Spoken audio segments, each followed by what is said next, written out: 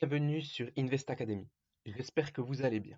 Ici, on ne parle pas de spéculation, mais bien d'investissement en bourse à long terme sur des sociétés de qualité. Cette vidéo ne représente pas un conseil d'investissement. Je cherche juste à montrer mon avis sur certaines valeurs. Est-ce qu'on a une opportunité d'investissement sur la société Groupe CRIT? C'est la question à laquelle on va essayer de répondre en se basant sur les résultats annuels 2022 et bientôt les résultats trimestriels du T1 2023 qui vont sortir et qui vont être sans doute très très bons. Donc Groupe CRIT, c'est un groupe qui fait de l'intérim, donc qui emploie des gens en travail temporaire et fait un peu de recrutement également. Et elle a également une branche multiservice, contrairement à d'autres sociétés du, euh, du secteur de l'intérim. La branche multiservice qui est sur l'aéroportuaire. Et donc elle est numéro 1 en France sur l'aéroportuaire, avec des concessions exclusives comme on le dit ici. Ça représente 18% du chiffre d'affaires, avec 175 compagnies aériennes et 348 000 avions en mouvement. Et au niveau du travail temporaire recrutement, on est top 5 en France et ça représente 82% du chiffre d'affaires. Donc on va essayer de débunker un peu tout ça, parce que selon moi, c'est ce type de société, malgré le contexte actuel, qui est très très sous-évalué et qui peut représenter très très bon, euh, un très très bon potentiel pour mettre au sein de vos portefeuilles des sociétés comme ça de qualité. Donc au niveau de groupe CRIT, résultat annuel 2022, on nous dit chiffre d'affaires plus 15%, résultat net plus 61,4%. Croissance forte, rentabilité améliorée et trésorerie renforcée. J'aime beaucoup ce genre de société qui est très conservatrice. On marge pas beaucoup, c'est vrai, mais on a du gros cash actuellement et les sociétés sont gérées par des familles fondatrices qui ont une grosse partie du capital. On nous dit que Groupe CRIT rend les comptes, etc. Donc là, vous pouvez voir un peu les chiffres en amélioration. Le chiffre d'affaires qui est en très belle augmentation de 15%. L'EBITDA de 19, le résultat opérationnel courant de 34,9, le résultat net de 42%, le résultat avant impôt de 42% et le résultat net de 61,4%. Donc là, franchement, on a des très très beaux résultats. Une croissance soutenue du chiffre d'affaires tout au long de l'année. Le chiffre d'affaires de l'exercice affiche une progression de 15% portée par l'ensemble des activités du groupe et des zones géographiques. Donc toutes les activités et toutes les zones géographiques sont en croissance. À périmètre échange constant, la croissance s'établit à 13,4%. Donc là, ça nous dit quoi? Ça nous dit que soit il y a eu de la croissance externe, soit on a des taux de change, donc la société a des activités sur d'autres pays, parce on a 1,6 point de marge, 1,6% qui est dû à de la croissance au niveau du taux de change ou de la croissance externe. Donc on va regarder ça après, mais voilà tout. Donc au niveau du travail temporaire, 82,4% d'activité totale, le chiffre d'affaires ressort à 1,925 milliard d'euros en hausse de 8,7% par rapport à 2021 et à plus 7,1% à taux de change et à périmètre et taux de change constant. Cette progression reflète la qualité de la croissance enregistrée par le groupe au fil des trimestres dans un marché où l'offre continue d'être marquée par la pénurie de talents et la demande impactée par les effets de l'inflation, de la hausse des taux et des tensions géopolitiques. En France, le chiffre d'affaires atteint 1,4 milliard d'euros en croissance organique de 8,6%, porté par une demande toujours très soutenue dans les activités hôtellerie, restauration, événementielle, aéroportuaire. Donc là, tout ce qui est tourisme en France, ça se porte très très bien apparemment. Et ça, c'est ce qu'on apprécie. Le secteur industrie est également bien orienté avec notamment une reprise encourageante de l'automobile.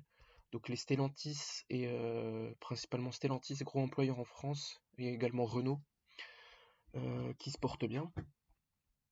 À l'international, le chiffre d'affaires sera 468 millions d'euros en croissance de 9,1% et 3,4% en croissance organique CGO. Je ne sais pas ce que c'est CGO, mais les États-Unis affichent une progression de 2,9%, plus 4,9% en organique. En Espagne, le niveau d'activité est toujours supérieur à 2019 malgré les effets de la réforme du travail impulsée par le gouvernement début 2022. Donc est-ce que la réforme du travail en Espagne peut impacter négativement le business de CRIT, c'est la question qu'il faut chercher, qu'il faut creuser dans les rapports financiers. Au niveau du pôle multiservice, 18,8% de l'activité totale. Il réalise un chiffre d'affaires de 439 millions en croissance de 56,2%, plus 55,9% à taux de change et périmètre constant. Les activités aéroportuaires, 76,4% du pôle qui affiche une progression progresse de façon remarquable portée par le retour du trafic aérien sur des tendances historiques, réalise un chiffre d'affaires de 335,9 millions d'euros en croissance de 67,6% à périmètre et taux de change constant. Donc là, on n'est quand même toujours pas sur un niveau aérien avant Covid, en 2019, mais on s'approche quand même de niveaux historiques du trafic aérien. Voilà. Donc ça, c'est très très bon signe pour CRIT. Un résultat opérationnel courant en hausse de 35%, une trésorerie nette de près de 340 millions. Donc on a un vrai trésor de guerre de 340 millions d'euros ici, pas de dette, ce qui est très très bon signe. Et c'est ce qu'on recherche chez une société, surtout dans la période actuelle. Le groupe affiche des résultats 2022 en forte progression avec un EBITDA en hausse de plus de 19% à 134,8 millions d'euros contre 113,2 en 2021. La marge s'élève à 5,8% contre 5,6 en 2021. Sur le travail temporaire, l'EBITDA s'établit à 93 millions d'euros contre 84,6 en 2021. La marge ressort à 4,8% stable par rapport à 2021. Donc on est stable, là c'est ce qu'on aime. Et au niveau du pôle multiservice, ça a dû augmenter très fortement. En effet, oui, on a eu 2 tiers de plus presque sur l'aéroportuaire, l'EBITDA est en augmentation. Après prise en compte des dotations et amortissements, le résultat HOP ressort en hausse de 35%. Excellent. Le résultat net part de groupe s'élève à 67,9 millions d'euros vs 44,1 millions d'euros en 2021, intégrant un résultat financier positif, etc., une charge d'impôt de 35,8 millions d'euros. On a une capacité d'autofinancement de 177 millions d'euros au 31 décembre 2022. Donc ça, c'est les cash flows up en gros. Et une trésorerie nette de 340 millions d'euros dispose d'une situation financière solide. Et là, ce qui nous intéresse, c'est un nouvel exercice de croissance, fort d'une situation financière extrêmement solide et d'implantation métier stratégique. Le groupe poursuit en 2023 le déploiement de ses activités avec confiance. Sur le pôle travail temporaire, le début d'année s'inscrit en croissance malgré des conditions économiques contrastées. Sur le pôle aéroportuaire, l'activité de début d'année est toujours bien orientée avec un retour à la normale du trafic aérien qui se confirme sur les mois de janvier, février. La croissance du groupe dépasse 30%. Donc là c'est très intéressant, vous avez une information que le T1 va être très bon sur le pôle aéroportuaire et notamment et aussi sur le pôle travail temporaire. Dividende 3,5 € par action, excellent pour ceux qui aiment les dividendes. Voilà, là on a tout ce qu'il faut. Et voilà, on va se retrouver direct ici pour avoir la marge HOP 2022. On l'a ici normalement. Résultat opérationnel courant, taux d'EBITDA, voilà c'est ça. Donc on est à 5,8%, 5,8. Ici, 5,8%. Donc ce qui est un niveau quand même plutôt pas mal. Marge nette, est-ce qu'on a la marge nette? Ici. Résultat net. Est-ce qu'on a dans la présentation? Si on met F, marge d'EBITDA, résultat net, ils ne veulent pas nous le dire. Ici, bon, on va la calculer, la marge nette. Il n'y a pas de souci avec ça. On se place ici. Donc ça, c'est 100% ici. Donc on fait 100 fois résultat net part de groupe. On le prend bien pour l'actionnaire, c'est le part de groupe qui nous intéresse. Donc 67,9 divisé par 2336,5. On se retrouve avec une marge HOP de 2,9%. Une marge nette pardon, de 2,9%. Ici 2,9%. Price earning, ROCE, enterprise value sur EBIT. Donc ROCE, c'est pas mis à jour sur Gros Focus avec les résultats de cette année. Je pense qu'il doit être en augmentation, mais ici on nous met un ROCE à 12,81 sur CRIT. Donc on va se mettre un 12,81, ce qui est très bon par rapport au CAC Mid Small qui est à 9. 12,81. 18%. Croissance du CA sur 10 ans, deux premiers secteurs du CA, du coup, eh ben, il y a intérim, on va mettre, hein. Intérim slash, ici, on a quoi? On avait vu intérim 82% du CA. Ici, on se replace là. Donc, 82%. Et ici, au niveau des multiservices, on a 18%. Donc, on va mettre multiservice. Du coup, 18%, bah, lui, c'est le reste. Au niveau de la croissance du chiffre d'affaires sur 10 ans, est-ce que c'est intéressant? Si là, on se met sur revenu CAC-GR, si on se met sur 10 ans en financial year, en année financière pleine, on a du 4,6%. Donc franchement, c'est une très bonne croissance, malgré la pandémie qui est venue impacter l'activité. On a dit 4,6%. 4,6%. Franchement, c'est une très bonne croissance sur ce genre de secteur. Au niveau du rendement du dividende, c'est pas compliqué. On va se retrouver ici. On a dit qu'on va regarder le nombre d'actions. Je parle français, moi. C'est ici, c'est le retour. Donc, au niveau du nombre d'actions, qu'est-ce qu'on a? On a 110 millions d'actions. Donc, ici, on fait. C'est pas ça ce que je voulais. On fait 110, 111, 111,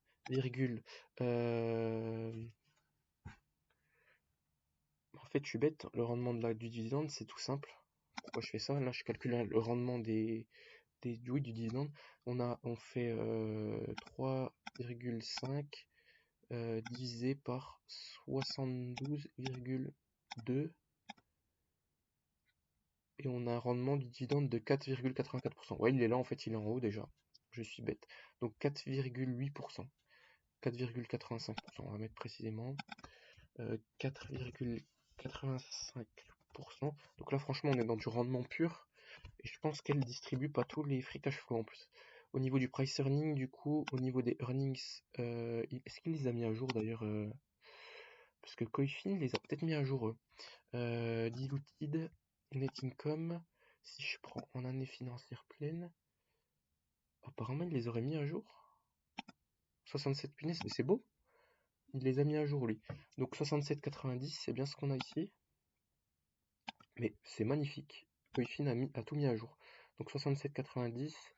Et donc on est sur un PER de 800 market cap divisé par 67,9, ça nous donne donc price earning, oui c'est ça, ça nous donne un PER à 11,8, on va mettre 11,8 ici. Donc ici c'est sous-évalué, hein, 11,8, je pense qu'on pourrait aller plus haut. Et au niveau de l'enterprise value sur EBIT, on est, je regardais ça tout à l'heure ici, à ce niveau-là, on est à 3,9, donc c'est très très peu. C'est très très sous-évalué par rapport à la moyenne sur 5 ans. Non, sur 5 ans ou sur 10 gens, moyenne sur 5 ans. Donc on a 3,9 vs 5,8 ici. Donc 3,9. C'est pourquoi je mets 2,9. 3,9 et 5,8 sur 5 ans. Donc on est sous-évalué par rapport à 5 ans alors qu'on a des très bons résultats. Excellents résultats qui ressortent. Et je vous ai mis le rocher et la détention du capital. La famille, elle détient 74% du capital, ce qui est énorme et ce qui est signe d'une très très bonne gestion du groupe. On va passer tout de suite donc à l'évaluation ici. J'ai enlevé mon pense-bête. Voilà ici. Je l'ai fermé. Donc ici, au niveau les perspectives, ils nous ont rien mis. Perspective en croissance ici. On nous a rien dit sur le rapport financier ici. Solide croissance, taux de pénétration, nanana. Cap des 2,5 milliards d'euros de chiffre d'affaires. Ok, ici, donc